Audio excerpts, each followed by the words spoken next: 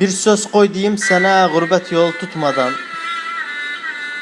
Bir söz koy diyeyim sana gurbet yolu tutmadan. Bu güzel gencik çağı gurbette çürütmeden. Ana baba kardeşi bir düşün unutmadan. Gurbet cennet olursa Irak'ın yerin almaz.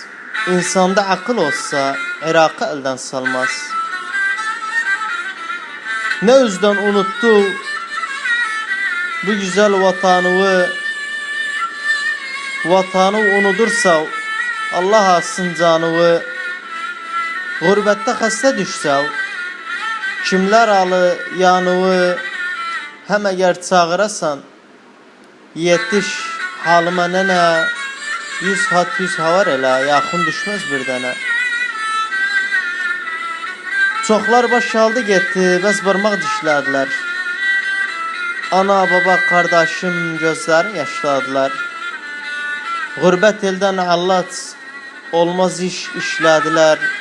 100 nələt qurbətin özünə, parasına. Nənə həsrət qalıbdı öz oğlunun səsinə. Nənə həsrət qalıbdı öz oğlunun səsinə.